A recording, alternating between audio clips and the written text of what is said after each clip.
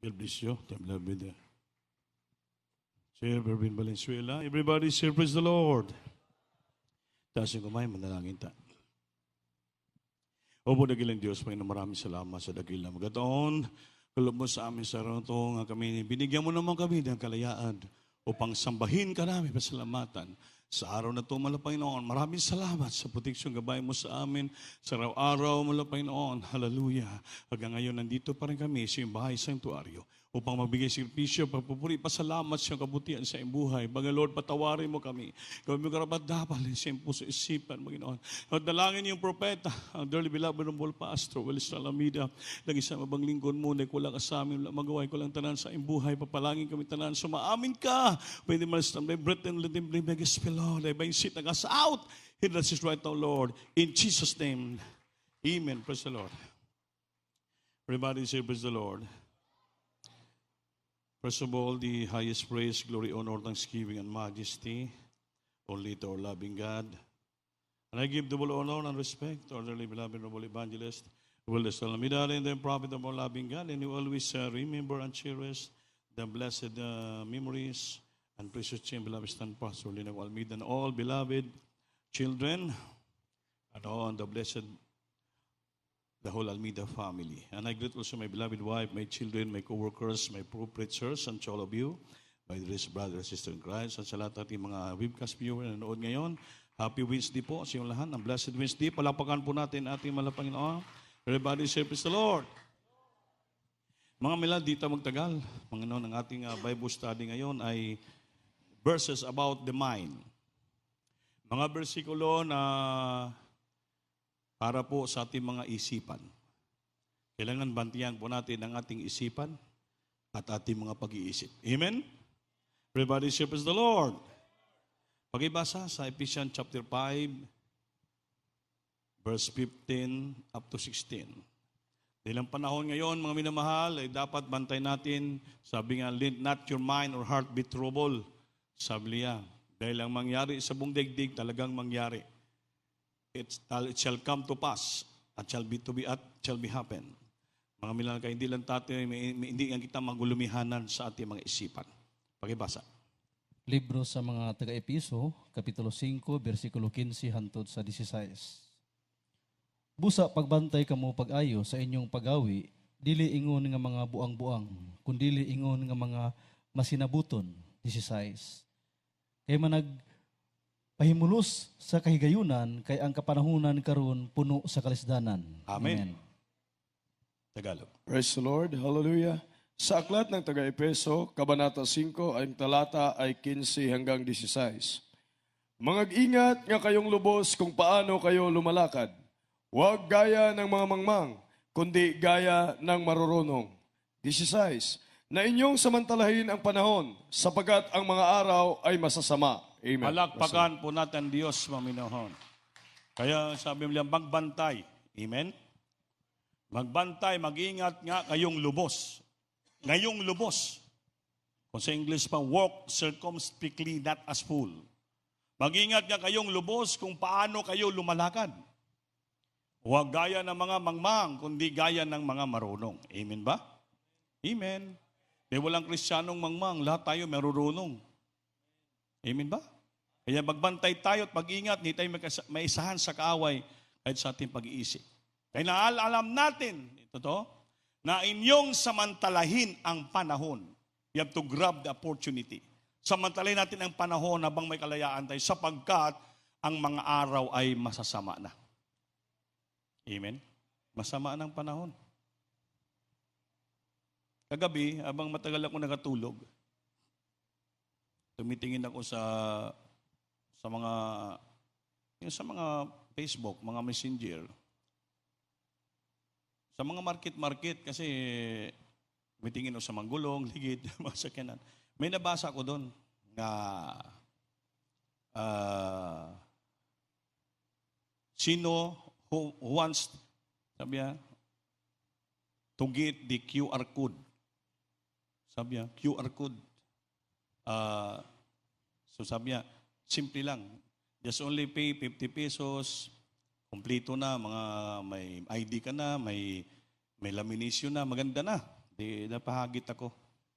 Binisin ko siya. Sabi ko, Brad, mayroon akong tanong sa inyo. Sabi ko, hindi pa naman basta-basta yung maggagawa ka ng sariling QR code ng tao. Dahil yan po ay personal identification data ng tao. Sabi ko, authorized ba kayo ng LGO sa Cagayan? Nagagawa kayo yan. Dahil sabi niya, this coming December 15, iimpusar na dito ang QR code sa CDO. Hindi ka tanggapin sa mall o sa ibang lugar pag wala kay QR code. Ano ibig sabihin ng QR code? Quick response.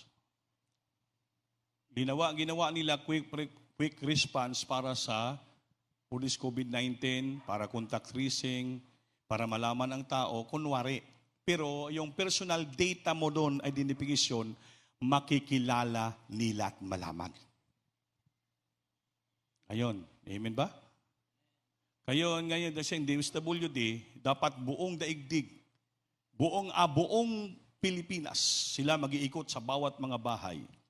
Dahil ang tao ngayon, imbitahan na nga sila po'y mag-apply na ng National ID System.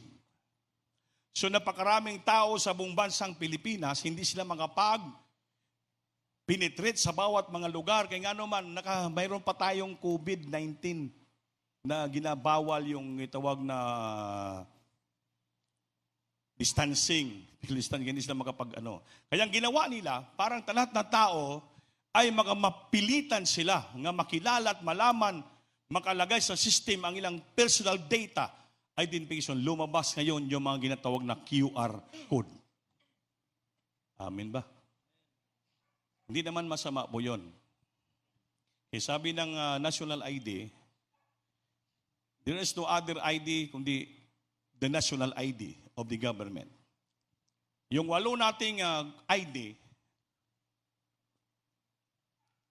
ay maging isa na lang. Kasama din po yun, yung bank account natin. So yun na po ang dahan-dahan gawa ng kaaway upang papasok na tayo sa ID system. Din pagdating ng panahon, wala na pong perang gagamitin, magkaroon na itong na cashless society. At pagdating ng panahon, dandaanin naman tayo i-convert through biometrical system. Ang itatak sa atin, alisin na yung ID dahil basi masira o mawasak.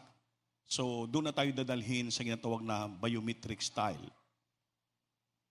Yung biometric, yung mga biochip, microchip, i-implant na sa ating kamot nga tuo o sa agtang.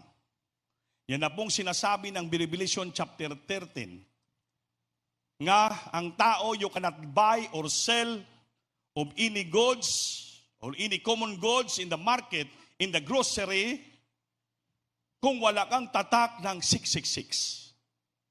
Amen. Amen. So ang tao, mamatay, pipilitin ng tao nga kailangan you have to receive this implantation to your right hand on your forehead upang hindi ka mamatay sa gutom. You can travel everywhere. You can go abroad. You can make your own decision as easy because you have now the mark of the best or the 66, the RFID. Ngayon sa ating mga highway sa Manila, mayroon na mga RFID. Hindi na wala ng toll gate, maparahin ka, magbayad ka pa, receive, wala na. May mga RFID na, nakalagay, computerized. Ang auto mo, sasakyan, may itatak sila doon sa ulo, parang sticker.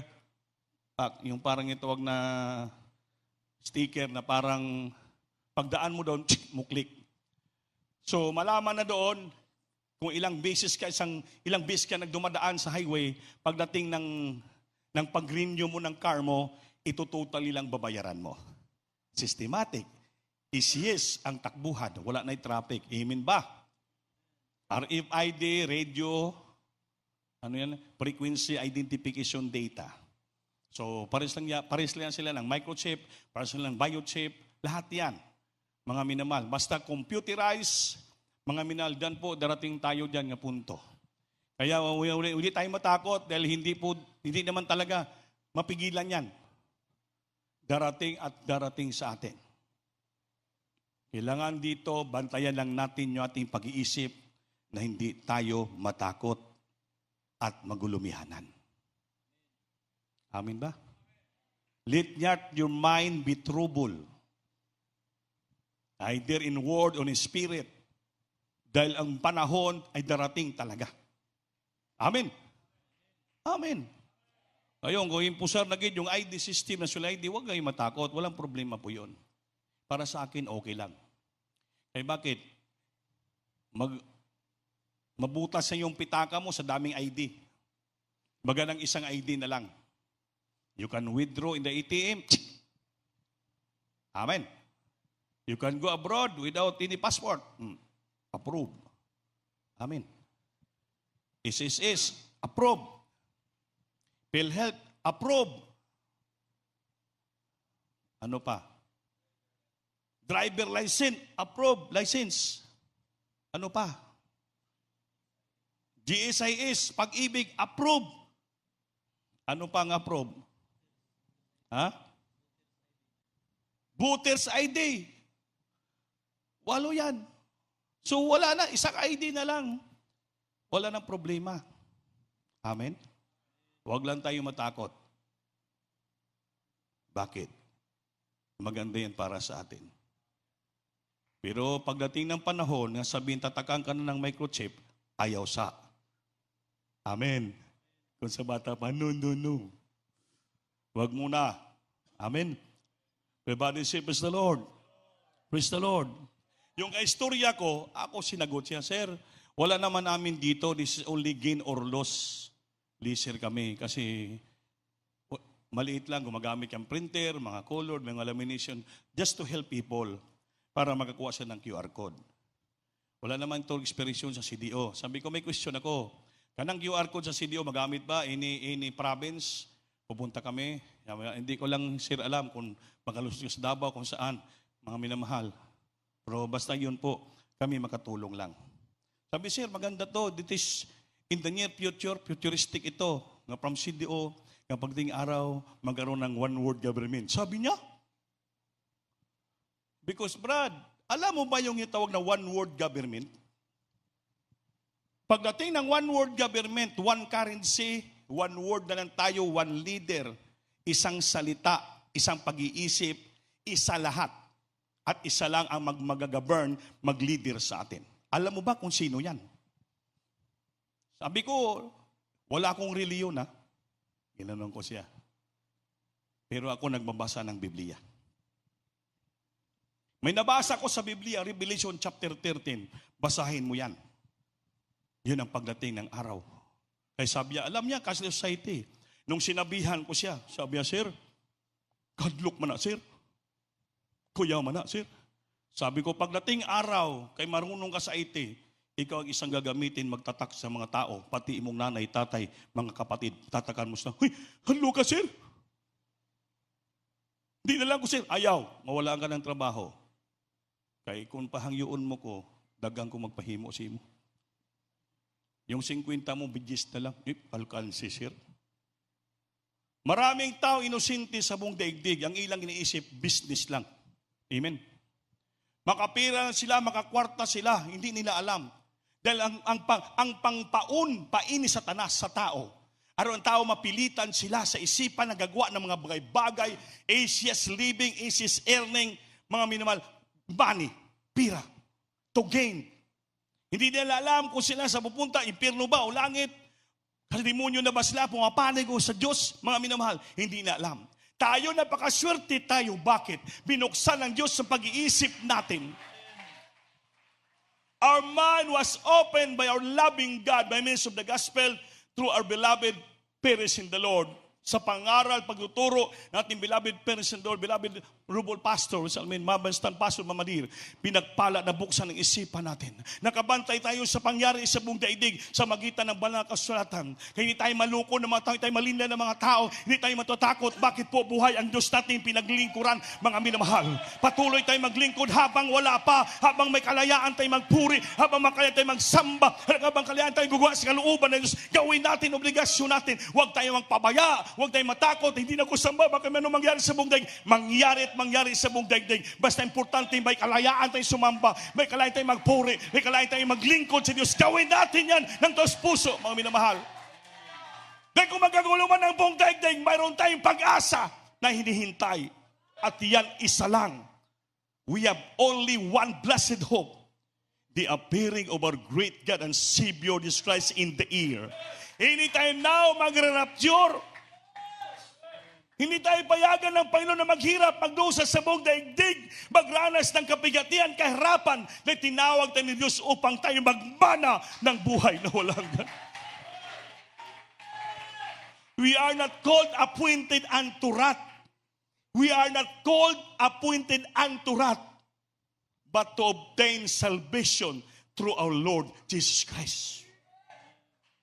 Ito'y tinawag para doon ilagay sa kapahamakan, wrath, sa kapuotan ng Diyos. Kulit tayo ay to obtain, upang matanggap natin ang kaligtasan, buhay na walang gan sa kalangitan. Palakpakan po natin Diyos, maminamari. Everybody say, praise the Lord. Praise the Lord. Sa ibang bansa, marami na. May mga tatak na dito. Mga minahal tayo, sabi ng Timoteo, gusto na, the iniquity, the work of the iniquity shall already work. The power of the iniquity. Mga taong sa kasalanan, kumikilos na. Pero hindi pa sila makapag-penetrate ng tudo. Dahil marong pong Panginoong bumababag sila. Walang iba ang salita ng Diyos. Mayroon pa mga Kristiyanong totoo dito sa bantang Pilipinas at mayroong propeta, the prophet to the nations, sa ating mga pastor. That's why may mga pangyayari. Dapat itong pandemic na to, doon to na mag-umpisa na sila po'y ipalaganap ang one-world government. By means of this pandemic, piniklear na pandemic, ay bakit affected ang buong daigdig para wasakin ang mga tao, mga matay ang mga tao, madali na makumbinsi ang mga tao, pagbaliit na lang yung mga tao, hindi sila kapag penetrate. Dahil may Diyos na tumitingin sa matutong anak niya, sa itong iglesia. May Diyos na nakikinig ng mga panalangin. Hallelujah, may tingin na nakikinig sa iyak sa mga katawan niya. The Lord inhabit the praise of His people. The Lord hear the cry of His people. Nakikinig siya sa iyak ng mga anak niya. Hindi tayo pinabayaan ng Panginoon.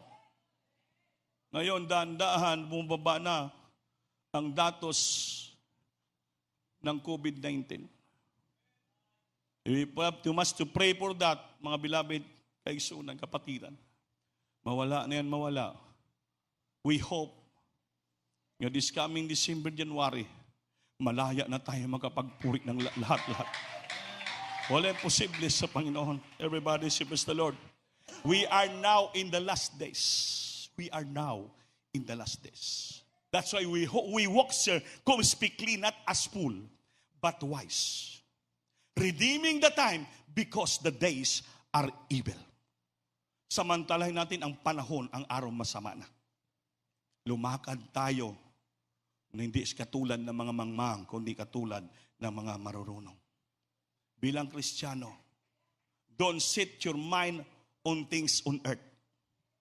Kasi pa ikaw, earthly nga Kristiyano ka, mahilig ka maglagak ng pag-isip, puro ng sanlibutan at paningin, ambition in this earth, mawala ka sa linyada ng Diyos. That's why the Bible say, nga set your affection not on things in earth, but on things above. Dahil the true success of life and blessing, hindi po sa lupa. Sa lupa, maraming kaguluhan dito. Much tribulation, anggis kapuutan, trials, problems, sicknesses, crisis, death and crime na parami dito. Kaya ang ating i-focus yung pag-isip natin sa mga bagay sa langit. Palagi natin titingnan ang kalagitan, Lord, kailan ka babalik? Sana makarinig ako ng trumpeta mo. Madatnan mo ako na banal at perpekto sa harapan mo. Kaya hindi ako maglusa sa lupa ng grabing kahirapan, kapighatian, tribulation. Hindi basta-basta pag maiwan ka dito sa the tribulation period. Mga minamahal, kagatin mo siko mo, hindi mo kaya. No man can bear. Walay tao makagwanta sa grabe. Ngayon, crisis pa lang. Marami taong nagreklamo, hindi na nabigyan ng ameliorisyon ng gobyerno. Hindi na nabigyan ng sardinas at bigas. Nagreklamo na. Lalo na pagdating ng panahon, wala ka nang mabili. At hindi ka na makabili. Hindi ka makanegosyo. Grabe, anong gagawin natin? Pagpasok mo sa mall, you have a mark of 666. You can go on. Get what you can. Pero pag wala ka, sorry. Pag malaman ka pa nga wala kang tatag, habulin ka pa. Uy, come here. Please give your right hand. I will implant you the biochip so that you can go what you want. You get what you want. Anong gagawin mo? Magpatatak ka ba? Ha? Magpatatak ka ba? Hindi mo kayo makasagot. Anong piliin nyo? Patatak o gutom? Ha? Gutom na lang? Di gani ka makapasting ng 2 araw dito pag ulisapir. Yan. Kaya tayo pinapagturuan magpasting dahil tinitrain na tayo pagdating ng araw. Amen. Tinitraining na tayo magpasting dito kaya pagdating ng araw, maiwan ka sa rapture, mapilitan ka magpasting. Ilang buwan? Amen. 3.5 years ang imong fasting dito. Pag last 5 months na lang, yun, hindi ka na mamamatay.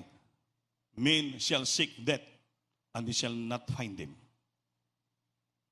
Hanapin mong kamatayan, hindi ka na mamamatay. Then mahulog na yung mga malaking mga ice, bato sa kalangitan, mawasak ang katawan mong mabuo pa rin. Sino bang gagawanta sa lupa niyan? Amen? So ang magawa natin ngayon, ang ating isipan, baguhin na natin. Amen? Makibasa. Colossians 3:5. Colossians chapter 3 verse 5. Anong sabi ng bersikulo? Libro sa mga taga-Kolosas, Kapitulo 3, versikulo 5. Busa, patian ninyo ang mga yutanong butang diha sa sulod ninyo. Colossians 3. Colossians chapter 3 verse 5. Kuya. Ha? Oh. May nakalawag sa kasulat? Kolosas, Kapitulo 3, versikulo 5. Busa, patian ninyo ang mga yutanong butang diha sa sulod ninyo. Pakighilawas, kahugaw, pangibog, nga unudnon, daotang tinguha. Balang hindi na. Sa to siguro sa 2, versikulo 2. Basahin mo kung totoo ba. Versikulo 2. Itumong ang inyong mga... Kolosas, Kapitulo 3, versikulo 2. Itumong ang inyong mga unahuna diha sa mga butang nga anaa sa itaas ug dili sa mabutang dinhi sa yuta. Amen. Tagalog. Praise the Lord. Hallelujah. Sa aklat ng taga-Kolosas, Kabanata 3, ang talata ay 2. Ilagak ninyo ang inyong pag-iisip sa mga bagay na nangasa itaas, huwag sa mga bagay na nangasa ibabaw ng lupa. Palakpakan po natin Diyos. Itatandaan po natin. Pag ikaw ay, kung sa Bisay, yutanon ka.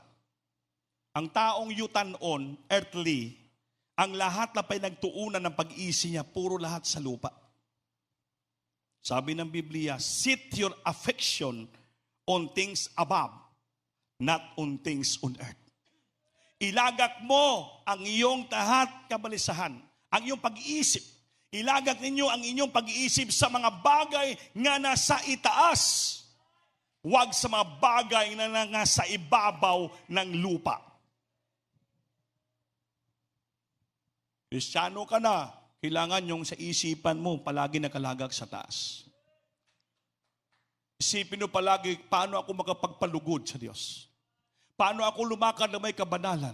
Paano ako lumakad na may tapat sa ating mahal na Panginoon? Sa pagbalik ng Diyos, madala kaya ako, nawa, Lord, isama mo ako.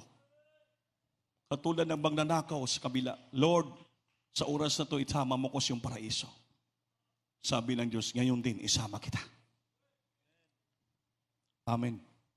Kasi minsan ang tao, pag sumusobrang ambisyon, mawala sa linya na papuntang langit. Binibihag siya balik ni Satanas sa kapahamakan. Yung isipan natin, inaagaw palagi ni Satanas. Yung pag-iisip natin, ambisyon at plano, inaagaw palagi ng kaaway. That's why kung minsan naging earthly tayo, naging tagalupa tayong Kristiyano, hindi tayo tagalangit. Tandaan po natin. Ano sabi ni Pablo? We are stranger in this earth. We are no more longer the citizens of this earth, but we are the citizens of heaven. Hindi tayo tagalupa. Tagalangit tayo. That's why ilagak natin ang ating pag-iisip sa mga bagay na sa itaas sa langit. Huwag sa mga bagay dito sa lupa. Kaya hindi na po tayo tagalupa. Estranghero lang tayo sa lupa. We're stranger in this earth. Pag estranghero ka sa Bisaya, lumalabay ka lang, dumadaan ka lang dito. Hindi ka taga rito. You are not a residence. Ang ating permanent residence sa lupa. Tagalangit tayo. Siyempre yung mga tagalangit, yung isipin mo, yung mga bagay sa langit. Yung ginto, yung diamante, yung brilyante, yung buhay na walang gan, kagandahan ng langit, may mga anghel lumilipad kasamang Panginoon, walang kamatayan. Napakasarap ng hangin sa garden, doon tayo hanggang mahiga tayo na masarap, parang Palacio Mansion ang ating tahanan. Yung palaging iniisip mo, hindi po yung mga bagay-bagay sa lupa na pupunta ako doon, maging mayaman ako, maging successful businessman ako, maging successful ako, marami ka iniisip, mga mil sa lupa, wala ka ng ambisyon yung maganap pa. Sabi ko sa iyo, dahil papunta at papunta na po tayo sa kahirapan ng mundo. Sa Biblia nagsabi, redeeming the time because the days are evil. Amin ba? Redeeming, kung sabi sa paghimuslan natin ang panahon. We must to redeem the time. We have to grab the time. Ang may tayo kalayaan, mga minamahal. Sapat na maging kontento ka na pinapakain ka ng Diyos. Dinadamitan ka ng ating mahal na Panginoon. Makabayad ka ng bill sa kuryente, makabayad ka bill sa tubig, makabayad ka ng bill sa bahay, makabayad ka ng bill sa sasakyan, everything, lahat, makakain ka araw-araw, kahit 1-1 lang, sapat na yon, mga minamahal. Kahit sardinas lang ulam mo, sapat na yon. Huwag ka lang mag-ambisyon ng lahat ng bagay. Be not high-minded but fear. Huwag tayo mag-isip ng mataas, kundi matakot tayo sa Panginoon. Huwag natin ilagak ang mga bagay-bagay isipan sa lupa. Magkaroon pa tayo ng ambisyon, maging bilyonaryo pa ako, maging ilado pa ako dito. Hindi na, mga minamahal. Ang isipan natin, ilagak natin mga isipan natin sa butang, sa bagay sa langit. Ang ating gawin, ito, last verse. Matthew chapter 22, verse 37. Itong gawin natin habang dito tayo sa lupa upang yung isipan natin hindi maagaw ng kaaway. Then malapit at malapit na ang pagbabalik ng ating malapay. Libro sa Mateo, Kapitulo 22, versikulo 37. Ug si Jesus miingon kaniya, higugma ang Ginoo nga imong Dios sa tibuok mong kasing-kasing, ug sa tibuok mong kalag, ug sa tibuok mong salabutan. Amen. Palagpakan natin Diyos, mamama. Praise the Lord. Sa aklat ng Mateo, Kabanata 22, ang talata ay 37. At sinabi sa kanya, iibigin mo ang Panginoon mong Diyos ng buong puso mo, at ng buong kaluluwa mo, at ng buong pag-iisip mo. Palagpakan natin Diyos. Itong gawin natin habang nandito tayo. Huwag natin ilagak ang pag-iisip natin sa mga bagay sa lupa, kundi gawin natin, mahalin natin ang Panginoon ng buong puso. Mahalin natin, Panginoon, ng ating buong kaluluwa at buong pag-iisip. Bantayin natin pag-iisip. Itong mga bersikulo to para sa ating pag-iisip. At sinasabi sa kanya, iibigin mo ang Panginoon mong Diyos ng buong puso mo. Ang tanong ko, hindi ibig na ba natin ng Diyos ng buong puso natin? Baka kalahati lang ng puso natin. Kaya kung buong puso natin ang ating pagmamahal sa Diyos, wala ka nang iisipin pa, ang Panginoon na lang palagi. Buong kaluluwa, ang kaluluwa mo, binibigay mo na sa Diyos. Tulad ng Panginoon bilang tao na malapit sa mamatay sa Kalbaryo, ang binatawan niyang katapusan ng salita. Father, into thy hand, I commit my spirit. Sa iyo mga kamay, Lord, Ama ko, gitugyan, ibigay ko ang aking kaluluwa. Yan ang ibig sabihin, ng buong kaluluwa, mahalin mo ang Diyos at ang buong pag-iisip mo. Sa lahat na iniisip mo, every moment of the day, every minute, every hour, mga every second, hallelujah, sa lahat mong pag-iisip, ang nakasintro ang ating mahal na Panginoon. Yun ang pagmamahal sa Diyos. Wala na makaagaw ng pag-iisip mo, kundi ating mahal na Panginoon na lang. Kahit nagtatrabaho ka, nag-aaral ka, anong ginagawa mo, yung isip mo palagi sa ating mahal na Panginoon. Kahit nagbupukpok ka ng martilyo, pero ang Panginoon ang nasa isip mo. Anong ginagawa mo sa iyong trabaho, ang Diyos iniisip mo. Baka sa aking pagtrabaho ngayon, babalik ang Diyos. Sa aking pagmartilyo ngayon, babalik ang Diyos. Sa aking pag-eskwela ngayon, babalik ang ating Panginoon. Sa aking pag-inegosyo, babalik ang ating Panginoon. Ang isipan mo palagi nakalagak sa ating mahal na Panginoon. Yun ang pagmamahal natin sa ating mahal na Panginoon. Anytime now, hallelujah. Wala tayong madala sa langit na kayamanan, wala tayong madala sa langit na pira, wala tayong madala ng ibang bagay sa lupang material. Ang madala natin ang ating isipan, banal kaluluwa, ibigay natin sa ating Panginoon, mga binaba. Hallelujah! We must. You have to love the Lord with all your heart, with all your soul, with all your might. Ilagak natin ang ating pag-iisip sa mga bagay sa langit.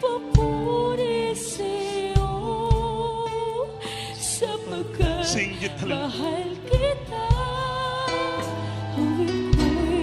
Purihin ka. Lagot ka.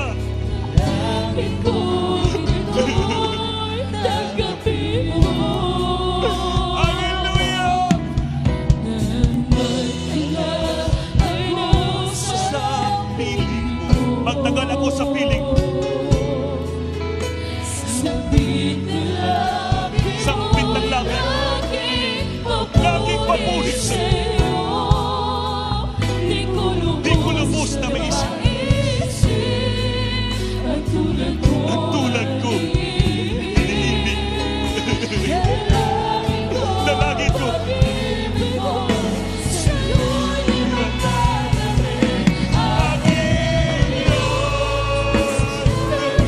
Narinig ko kami. Ang papuri at pagsamba. Sa'yo.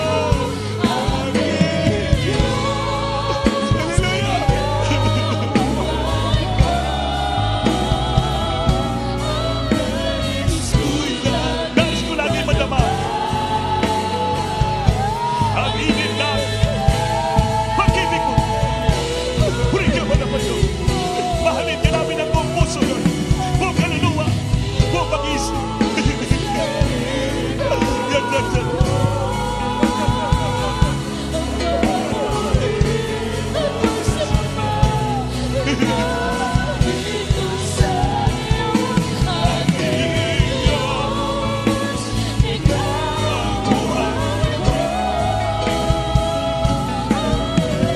Nais ko'y laging madama. Ipadama mo sa puso namin ang init ng pag-ibig mo. Upang mahalin ka namin ng puso. Aking Diyos, narito ako.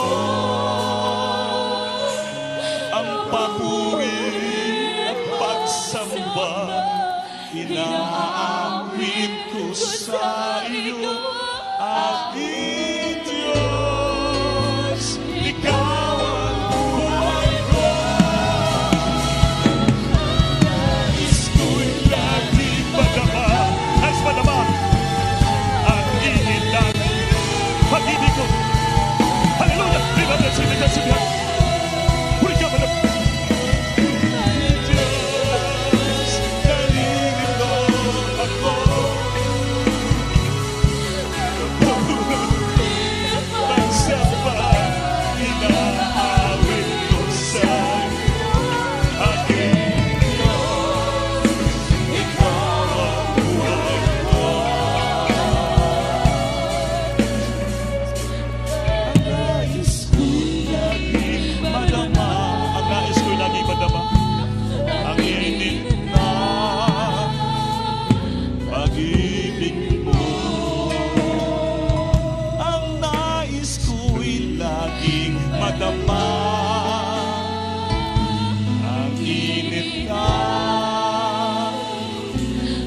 pag-ibig mo, ang init ng pag-ibig mo.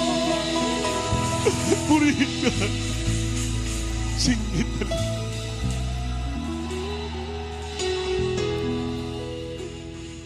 Mga minamahal, nasa katapusan na tayo na adlaw, panahon. The Bible say, lumakad ka ng pagbantay, pagsikap, hindi ka tulad ng mga mangmang, kundi ka tulad ng marurunong. Dahil nakita natin, samantalahin natin ang panahon. Dahil araw na pakasama na,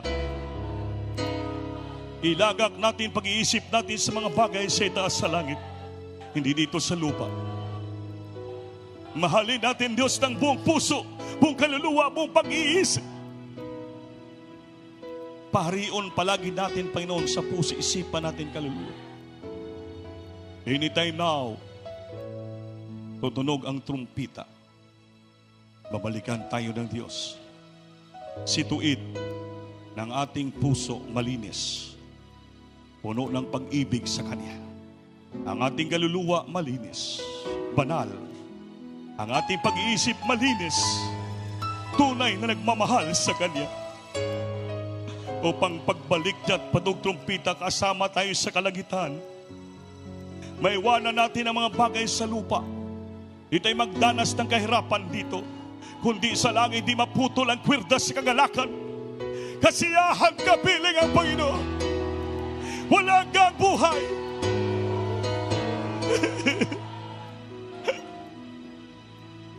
Mga minamahal, itaas yung kamay, manalangin tayo hambang nadama natin ang pasensya ng Diyos.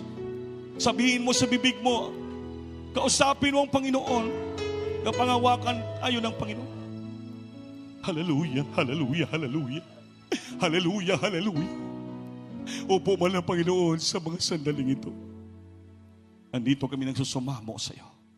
Mahal na Panginoon, alam mo ang aming isip. Alam mo ang aming puso. At alam mo ang aming kaluluwa. Sa mga oras na ito, Lord, turuan mo kami nga mahalin ka namin ng tos puso. Buong kaluluwa, buong isip. At aming pag-iisip, ilagak kami sa kalangitan. Ilang panahon na pagkasama na pangawakan mo kami. Maging matatag, maging banal kami sa maglingkod sa iyo. So natalangin yung propeta mo na pastor, tugunin mo ang bawat mga pangailangan na makatauhan mo, Lord.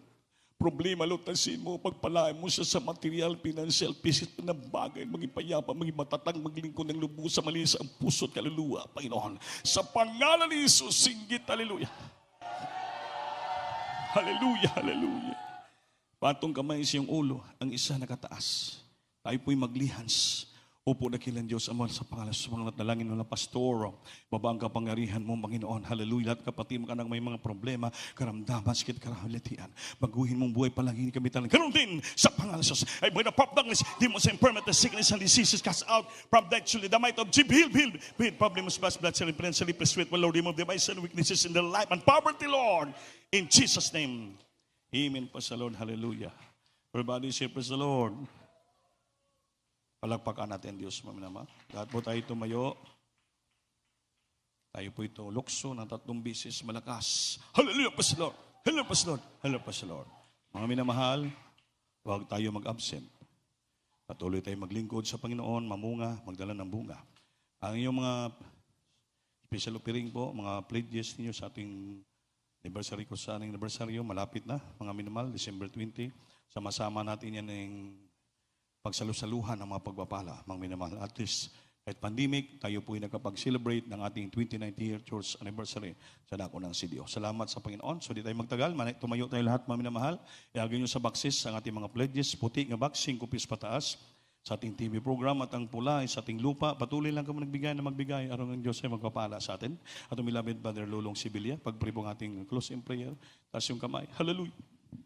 Praise the Lord. God bless you po ating beloved Order and Pizzer and Ebenias. Manalangin po tayong lahat, mga minamahal. Hallelujah. Praise the Lord. Hallelujah.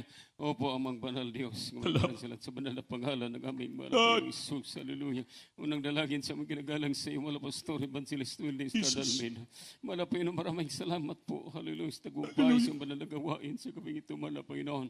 Maraming salamat po sa MCG from Solemn Song, sa mga testimony, aming napakinggan sa mga kapatiran, mga Panginoon, sa mga pang-awitan, sa mga choir, finance choir. Maraming salamat po sa banal na presensya pinadamo sa bawat isa sa amin, mga Panginoon. Hallelujah. Sa pagbibigay sa kaputhandog, mga Panginoon, higit sa banal na salita, nagpalala sa bawat isa sa amin, mga Panginoon. Salamat, salamat po, mga Panginoon. Hallelujah, hallelujah. Mga Panginoon, sa aming pag-uwi, sa aming matahanan, hallelujah, gabayan mo kami, ligtas mo kami, sa lahat ng kapahamakan, mga Panginoon. Ibalik mo kami, sunod na banal na gawain, hallelujah. Ito ang aming samot na langin sa banal na pangalan ni Jesus. In Jesus' name, Amen. Praise the Lord. Ito ang Pastor Sibilia. Paglaman uway kita minamahal, we love you in the Lord. Our this is loves you more. Magpalihans, di ba? Love it, preachers, tabang ulis. Yes, I love you.